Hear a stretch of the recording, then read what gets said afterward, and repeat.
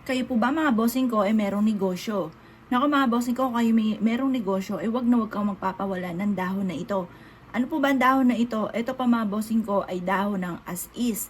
Ang dahon ng as is mga bossing ko ay isa sa mga pinaniwalaan na napakaswerte. Kahit yung mga lola ko dati may tinda silang mga mangga na nanggaling sa kanilang taniman, naglalagay sila ng as is sa kanilang mangga. At mabilis itong nauubos mga bossing ko.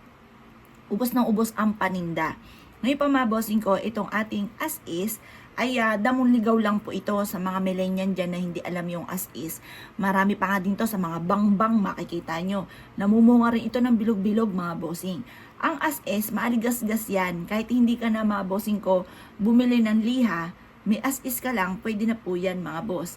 Ngayon pa mga bossing ko, magliha ka ng ganito sa mga kaldero ninyo.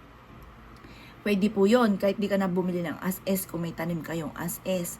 Ngayon pa mga bossing ko, ito yung ginagamit din na pampaswerte. Para yung pong customer natin, halimbawa, para siyang magnet, nagmamagnet siya ng maraming customer. Tapos kapag nakabili na siya sa atin, parang lagi siyang magpapaulit-ulit na bumili sa atin once na meron kang as-is. Kaya maswerte po ito lalo na sa negosyo mga boss. Ngayon pa mga bossing ko, gawin nyo to kahit anong araw. Basta may negosyo ka, kumuha ka ng dahon nito. Tapos, ilagay nyo ito sa negosyo nyo. Kahit ano, kahit online, pwede po yan. Ngayon pa mga bossing, kasi ngayon, millennial na po tayo mga bossing. Ngayon pa mga bossing, or kaya, nagtitinda ka ng karne, nagtitinda ka ng mga gulay, prutas, or kaya sari-sari store, pwede kang maglagay ng ganito sa paninda ninyo. Or pwede kang magsabit ng ganito sa harapan ng inyo pong negosyo. Ang dulot dito ay swerte. Ngayon pa mga bossing, basta positive ka lamang, lagi niyong ima-mindset na kayo suswertihin, kailanman hindi na kayo mamalasin, lahat ng mga pangarap po ninyo matutupad. Ganun po mga boss. Ngayon pa mga bossing ko, kung kayo naniniwala at meron kang makukuhang ganito na pananim, mas maganda may tanim po kayo. Meron akong kakilala, siya po ay meron pong restaurant. Marami-rami po sila mga bossing restaurant, taniman ng mga halaman, tapos meron din po sila mga bossing ko na yung bang talyer, ayan, at saka yung mga bentahan, mga bossing ko ng mga parts ng motor, yon. Ngayon po mga bossing, walang kaabog-aboga, ang tumal lang kanilang negosyo.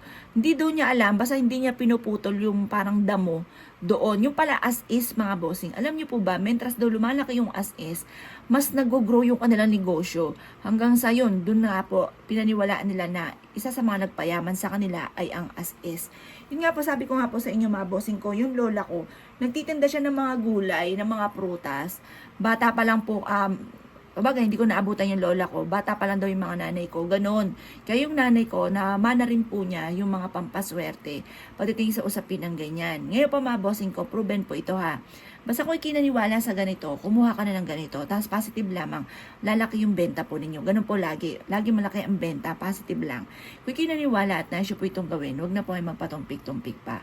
Makakatulong po ito upang sa ganoon, masigit ka na makatrack ng swerte, lalo na sa pera. Kaya kung kinaniwala at naisyo po itong gawin, ay siya mga boss, good luck po sa inyo po lahat.